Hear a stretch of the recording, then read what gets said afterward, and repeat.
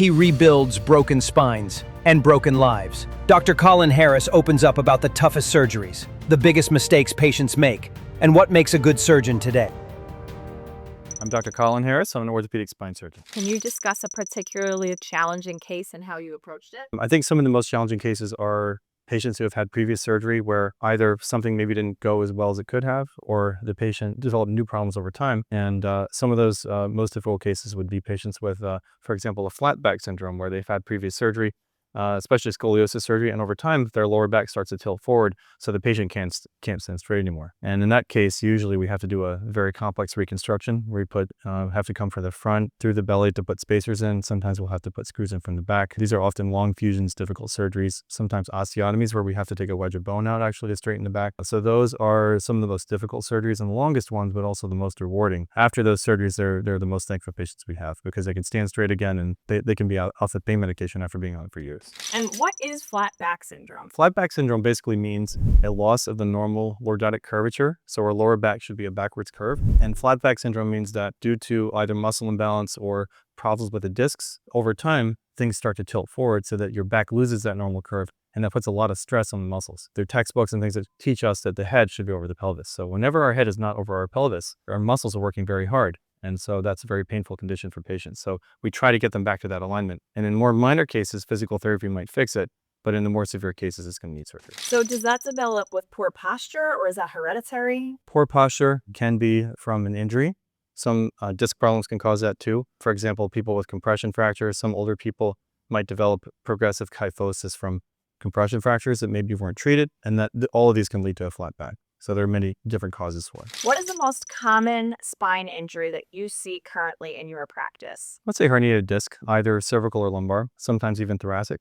And that we see a lot of that just because, that's something that can come from wear and tear. It can come from an acute injury, such as a sports injury, slip and fall accident or a car accident, or it can come from just degenerative and wear and tear over time. So because our discs are so complicated and there's so many of them in the body that many of us, actually 80% of the population will have a herniated disc at some point in their life. And now you say 80% of the population will have possibly a disc herniation over the course of their life. How do I know that I need surgery or when I need to come see you? So surgery is really reserved for only the most severe cases. And normally, Total Orthopedics, we take everybody through a conservative treatment course.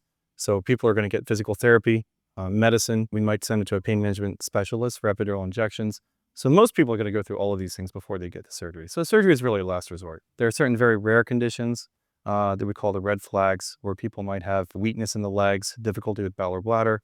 These are very uncommon things that could lead to an emergency surgery. But unless they have that, which we only see once or twice a year, most people will go through that conservative treatment course. If you've been through 6 or 8 weeks of conservative treatment, or you have neurologic issues and you can't return to work, can't return to sport, then we would consider surgery in that case for most people. What is degenerative disc disease? Degenerative disc disease means that our discs are these soft cushions. They're essentially made of cartilage, and they sit between the bones, so the vertebra. Over time, they lose their water content. So when we're born, they have about 80 or 85% water, and over time they desiccate or dry out slowly. And as that happens, there's an inflammatory process that occurs. And so pretty much all people are going to get this. By the time we're in our 70s and 80s, our discs will be degenerative. That in itself does not mean that you'll have pain or require surgery. What our job is as spine surgeons is to find those patients where that has led to a pathologic problem or is causing symptoms that can be fixed. But all of us are going to have some degeneration of the disc, and it's just that's normal age. Can you share maybe a very memorable success story of a patient, whether it be from a traumatic injury or just something that really impacted you? I've actually been to South America a couple times to do spine surgery.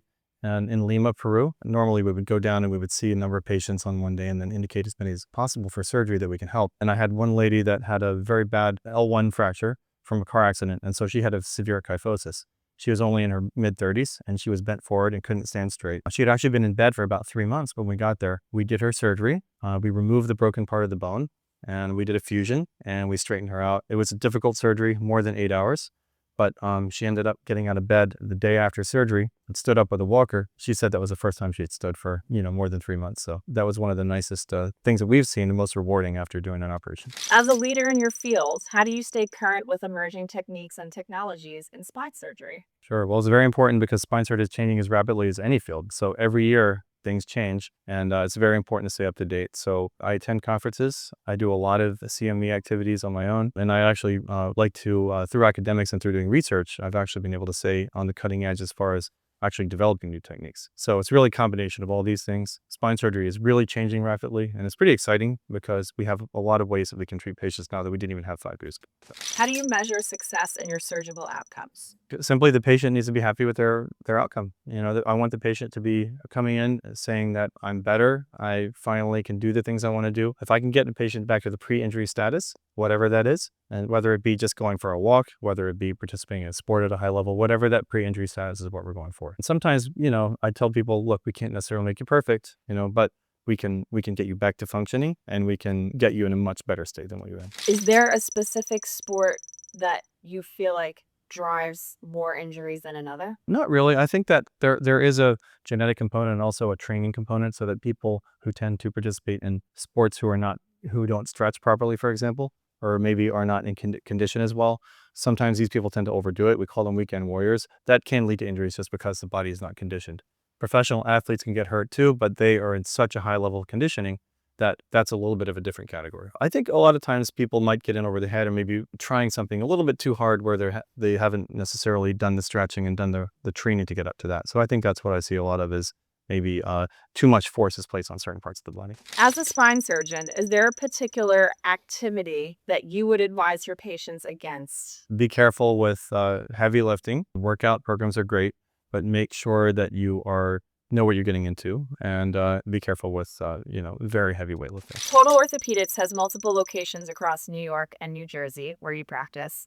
How do you ensure consistent quality of care across these different sites? So I think our practice is very seamless. We have the same information among all systems. Our staff is very well trained. We work with a lot of different specialists and physical therapists and other people that are sort of standardized among the system too. So I think that that really doesn't seem to be an issue for us. And I think we have a very seamless team that can make that happen. Outside of your professional responsibilities, what activities or hobbies help you maintain a balanced lifestyle? Sure. Well, I have 4 children, so I'm quite busy with them, but they're a lot of fun, a lot of after-school sports and activities like that. I enjoy downhill skiing, and I play tennis, racket sports, paddle tennis, and so I do a lot of that. I play golf, so I really try to remain active and just doing something physical for 30 minutes a day. I think that's a key. If you were not a spine surgeon, what would you be? Watchmaker. I just love working with my hands and love the technical aspect and the detail. What type of music do you listen to in the OR? Combination of things. I like classic rock and country, actually. I like when you're saying spine surgery is very safe.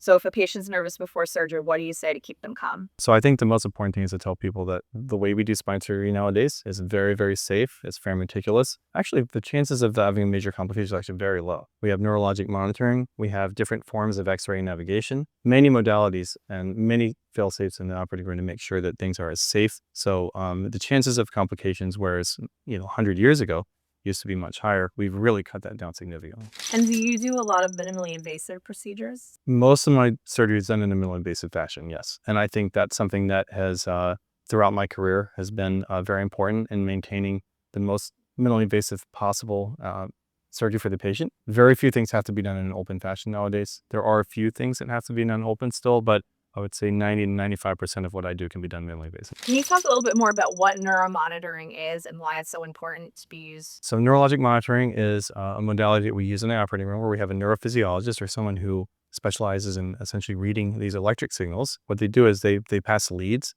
between the brain and they check the signals going down to the arms and legs and also the signals going up. So there's motor pathways, there's sensory pathways, and there's something called the EMG, where they're checking the specific muscle function that has to do with a specific nerve. And the reason this is so important, for example, years ago, they used to do what's called a wake-up test or a Stagnera test, where during surgery, to make sure that whatever correction we did didn't harm the spinal cord, we would make the patient wake up, we would have them move, and then put them back to sleep. Nowadays, we don't have to do that anymore because the monitoring gives us real-time feedback of all the nerve functions. So we know at the end of that surgery, if the signals were smooth, it's very unlikely that it's going to be a problem. So, and it's very reliable. Really makes spine surgery much safer, especially when we're doing certain manipulations, where we're correcting things, we're sometimes stretching the nerves a little bit. So it's very important for us to be able to do this. Is it true that you can herniate a disc by pushing too hard on the toilet? I'm going to say probably not.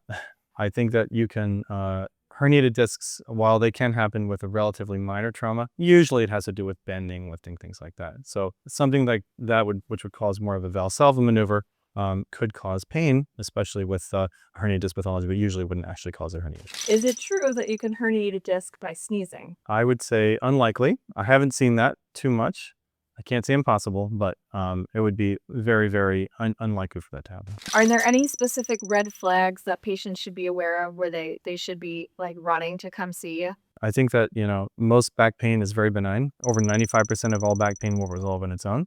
I'm talking about acute back pain, not chronic. Certain things that people should be more worried about, they may want to pick up the phone, call us, call our doctor, go to the hospital, would be sudden weakness. You also have to rule out a stroke in that case, but it could be from a herniated disc, something like that. Numbness or tingling, a foot drop, any type of problem with difficulty with urination or bowel movements. If you've had any recent infection, for example, a pneumonia, you had something else going on, you're having fevers, and all of a sudden you have back pain or weakness, that could be a spinal infection. And any trauma, if you've been in a car accident or you fell, those are the types of things we were worried about. Also, anyone who is immunocompromised, for example, you might be undergoing treatment for cancer or something like that. Your body may be weak. If you're getting back pain, you have to really get that checked. That might be something serious too. Is there something that you just wish your patients would stop doing that brings them into your office? CrossFit? No, no. I That's want to say a common one for no. Well, I think these workout programs actually do work, but I think a lot of people just get it over the head, and I think also trying to compete and trying to keep up with people on weight limits and things like that it can be dangerous.